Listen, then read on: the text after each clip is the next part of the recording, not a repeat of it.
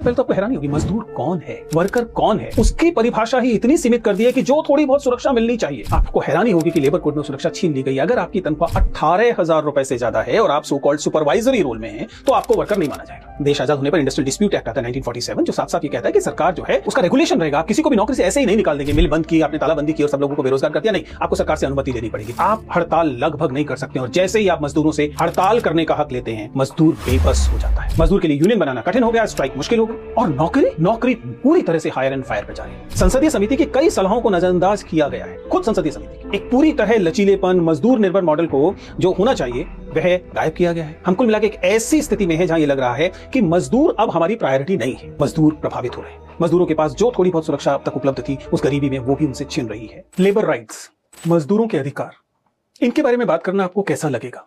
बहुत in thing नहीं है ना? कोशिश करते हैं।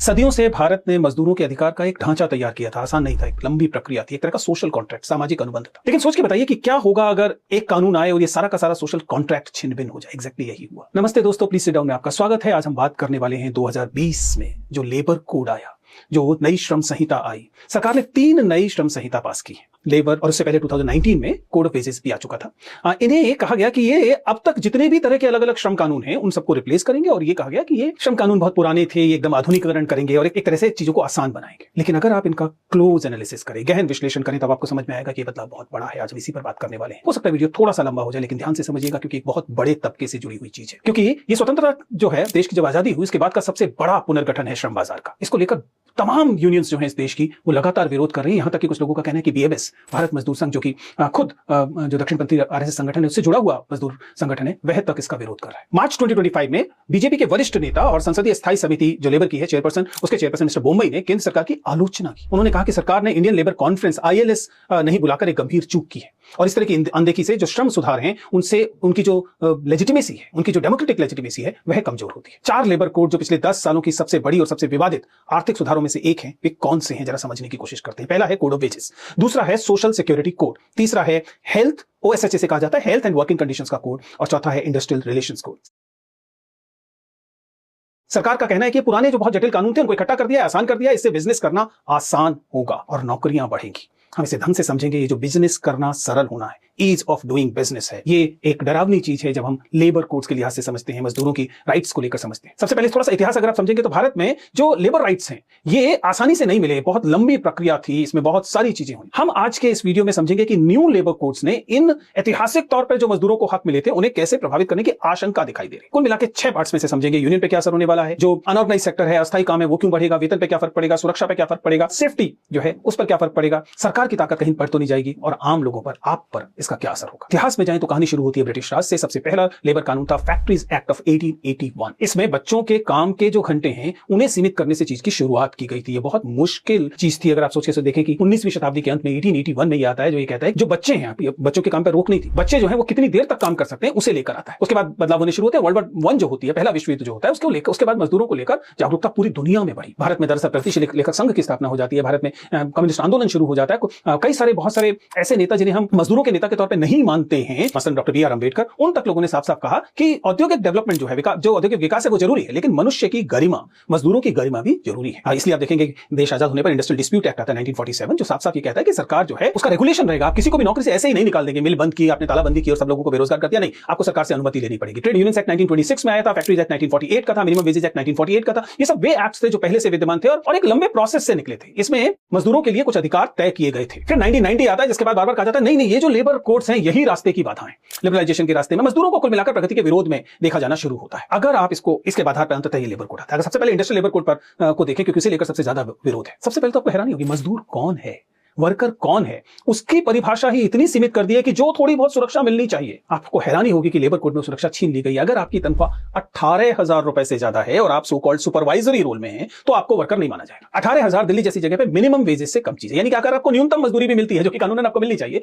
तो आप वर्कर नहीं है। और अगर उसके साथ आपका रोल सुपरवाइजरी, और कौन तय करेगा सुपरवाइजरी रोल, एक्ट नहीं बताता। इसका मतलब आपके नाम के आगे अगर लिख दिया जाए सुपरवाइजर, आपको तनख्वाह दी जाए 16,000 या 18,000 रुपए, तो आप मजदूर नहीं है। इसलिए मजदूरों को मिलने वाली कोई सुरक्षा आप पर नहीं होगी। देश का संविधान कहता है कि संघ बनाने की आजादी है, लेकिन अगर आप इस लेबर कोड को देखें तो आप पाएंगे कि यूनियन बनाना आप लगातार मुश्किल होगा। आपको यूनियन बनाने के लिए 20% के मेंबरशिप चाहिए, यानी कि 20% लोग जो हैं आपके यूनियन में शामिल होने चाहिए, तभी आप यूनियन बना पाएंगे। और इसमें भी जो पहले की तरह एक तरह की सामाजिक वैधता थी, एक तरह का सामाजिक विस्तार था, वो यहां नहीं आएगा। वही यूनियन बना सकेगा जो कि उसका मेंबर है, बाहर के लोगों के लिए बहुत कम की गुंजाइश है। देन यूनियन का रिकॉग्निशन लगभग असंभव कर दिया। एक यूनियन को अकेले बातचीत करने का हक तभी मिलेगा जब 50% मेंबर्स जो हैं वर्कर्स उनके साथ हो। अब तक ऐसा नहीं है, आप एक बड़ी मिल के अंदर मल्टीपल यूनियन पा सकते हैं, अब तब ऐसा नहीं रह जाएगा। यूनियन लगभग मुश्किल हो जाएगी। बिना मैनेजमेंट की अनुमति के आप यूनियन नहीं बना पाएंगे। मजदूरों ने अपनी तमाम चीजें जो हासिल की हैं आज तक, उसमें सबसे बड़ी भूमिका स्ट्राइक्स की है, हड़ताल करने की है, जिसे हम इंटरनेशनल विमेंस डे कहते हैं। एक बड़ी हड़ताल से उपजी हुई चीज है। हड़तालों ने दरअसल पूरी दुनिया को शेप किया है, लेकिन नया लेबर कोड लगभग हड़तालों को असंभव बना देता है। जैसे स्ट्राइक करने के लिए आपको 14 दिन का नोटिस देना पड़ेगा, उसके बाद भी अगर इस 14 दिन में रिकंसिलिएशन शुरू हो गया तो आप स्ट्राइक नहीं कर सकते। फिर जब तक कंसिलिएशन की कोशिश होती रहेगी, समझौते की कोशिश होती रहेगी, आप स्ट्राइक नहीं कर सकते। समझौता बंद होने के भी कुछ दिन बाद तक आप स्ट्राइक नहीं कर सकते। आप ट्रिब्यूनल में चले गए, किसी मध्यस्थता में, आर्बिट्रेशन में चले गए, तो उस प्रोसेस में आप स्ट्राइक नहीं कर सकते। उसके भी 60 दिन बाद तक भी आप स्ट्राइक नहीं कर सकते। और अगर आपने स्ट्राइक करने की कोशिश की तो आपको जेल हो सकती है, जेल, और आप पर जुर्माना हो सकता है। क्योंकि इससे पहले संविधान की व्याख्याओं में बार-बार सुप्रीम कोर्ट ने कहा है कि right to strike is almost a fundamental right. इसलिए कागज के पर तो ये नहीं हटाया है स्ट्राइक का हक, लेकिन इफेक्टिवली स्ट्राइक का हक केवल कागज पर रह गया है। आप हड़ताल लगभग नहीं कर सकते, और जैसे ही आप मजदूरों से हड़ताल करने का हक लेते हैं, मजदूर बेबस हो जाता है। मजदूर के लिए यूनियन बनाना कठिन हो गया, स्ट्राइक मुश्किल हो गई। और नौकरी पूरी तरह से हायर एंड फायर पे जा रही है। आपको अस्थायी नौकरियां, लगातार कॉन्ट्रेक्चुअल अपॉइंटमेंट्स ही की जाएंगी। नया जो इंडस्ट्रियल रिलेशंस कोड है वो कहता है कि फिक्स्ड टर्म एम्प्लॉयमेंट, जिसका बेसिक मतलब है कि आपको 6 महीने से लेकर 11 महीने तक के कॉन्ट्रैक्ट पर किसी को भी रखा जा सकता है। फिर ना नौकरी से निकालने पर कोई सवाल, इसे नौकरी कहा ही नहीं जाएगा। नौकरी नहीं, मुआवजा नहीं, कोई पूछताछ नहीं। जब चाहो तब आप शामिल कर दो, जब चाहो तब निकाल दो। यानी कि जैसे हम परमानेंट एम्प्लॉयमेंट कहते थे, वो आपसे छीन लिया गया। ये जो हायर एंड फायर है, यह है जो वर्कर था उसके पास जो कलेक्टिवली अपने आप को बचा सकने की क्षमता थी, वो छीन लेता है। पहले ये कहा गया था कि रिट्रेंचमेंट के लिए, छटनी के लिए कोई ऐसी बड़ी कंपनी होनी चाहिए जिसमें 100 वर्कर हो। अगर 100 वर्कर हैं तो अगर आप छटनी करना चाहते हैं तो आपको सरकार से परमिशन लेनी पड़ती थी। आप लेबर कमिश्नर के पास जाते थे, और लेबर कमिश्नर चूंकि सरकारी अधिकारी था, वो सुनता था, मजदूरों के हित में भी फैसले ले सकता था। वो कह सकता था कि नौकरी से मत निकालो, यानी मुआवजा दो। अब इसे बढ़ाकर 300 वर्कर कर दिया गया। यानी कि अगर कोई कंपनी ऐसी है जिसमें 300 से कम वर्कर हैं, तो वहां पर छटनी करने के लिए किसी सरकारी अनुमति की जरूरत नहीं बची है। और ये जो 300 वर्कर्स की लिमिट है, यह भी सरकार जब चाहे इसे बढ़ा सकती है। फैक्ट्री की डेफिनेशन ये थी कि बिजली हो, 20 मजदूर हो, बिजली ना हो तो 40 मजदूर हो।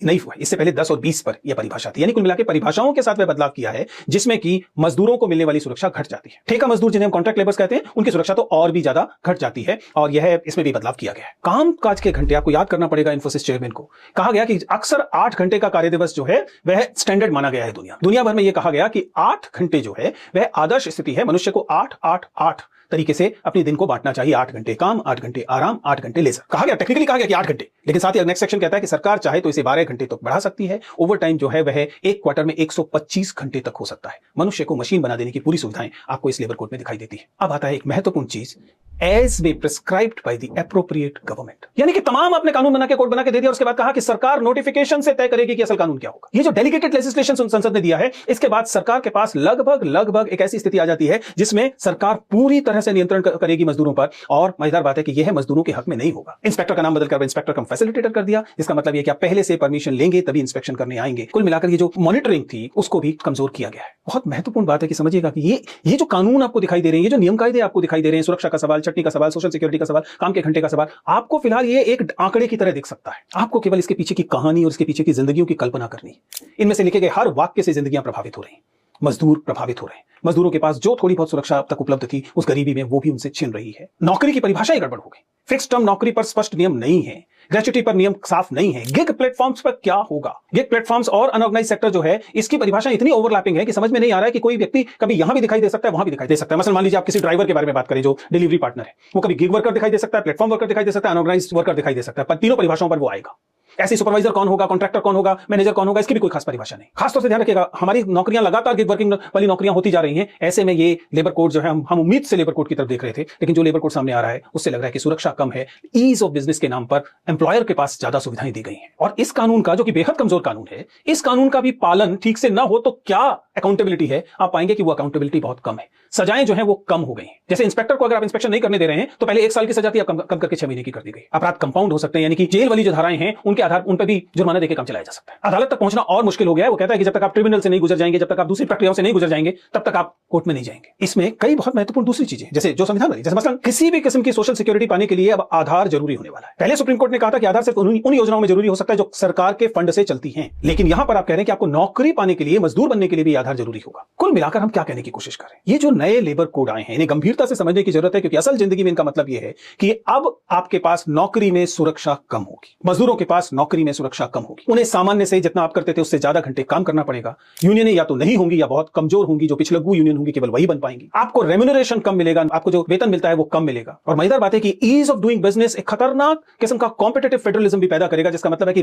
विभिन्न राज्य आपस में बहस करेंगे। जब इनके डिटेल बना रहे होंगे तब वे आपस में बहस करेंगे कि किसने अपने बाजार को ज्यादा ट्रेड फ्रेंडली, बिजनेस फ्रेंडली बनाया। इन अदर वर्ड्स, किसने कम सुरक्षा दी है मजदूरों को, यानी मजदूरों के हक और भी कमजोर होंगे। प्रतिरोध करने के लिए मजदूर सड़क पर उतरते हैं तो लोगों को लगता है कि वो किसी को परेशान करने के लिए उतर रहे हैं। सच्चाई है कि फ्लेक्सिबिलिटी के नाम पर जो नए कानून लेकर आए जा रहे हैं, ऐसा लगता है मजदूर उसकी चिंता नहीं है। आपसे कम वेतन पर ज्यादा काम कराने की कोशिश की जा रही है, यह मानते हुए कि इससे खर्च कम होगा और हम किसी अंतरराष्ट्रीय बाजार में ज्यादा कॉम्पिटिटिव बन जाएंगे। कुल मिलाकर यहां मजदूर को जो बेसिक डिग्निटी मिलनी चाहिए, ऐसा लगता है कि वो डिग्निटी नहीं दिखाई दी। यहां तक कि कई बार तो लग रहा है कि यूनियनों को जानबूझकर कमजोर करने की कोशिश की जा रही है। संसदीय समिति की कई सलाहों को नजरअंदाज किया गया है। खुद संसदीय समिति की एक पूरी तरह लचीलेपन, मजदूर निर्भर मॉडल को जो होना चाहिए वह गायब किया गया है। हम कुल मिलाकर एक ऐसी स्थिति में है जहां यह लग रहा है कि मजदूर अब हमारी प्रायोरिटी नहीं है। सच्चाई है कि नहीं? आप किसी को रोककर पूछिए, वो पूछेगा मजदूरों के बारे में इतनी चिंता क्यों करनी, क्योंकि आप भूल जाते हैं कि नंबर कितना बड़ा है। इस देश में संगठित असंगठित क्षेत्र में जो मजदूर काम करते हैं उनकी संख्या कितनी बड़ी है। डी फैक्टो देश वही चलाते हैं, और अगर आप उनसे तमाम सुरक्षाएं छीन लेते हैं, उनको रहमो करम पर छोड़ देते हैं उनके एम्प्लॉयर्स के,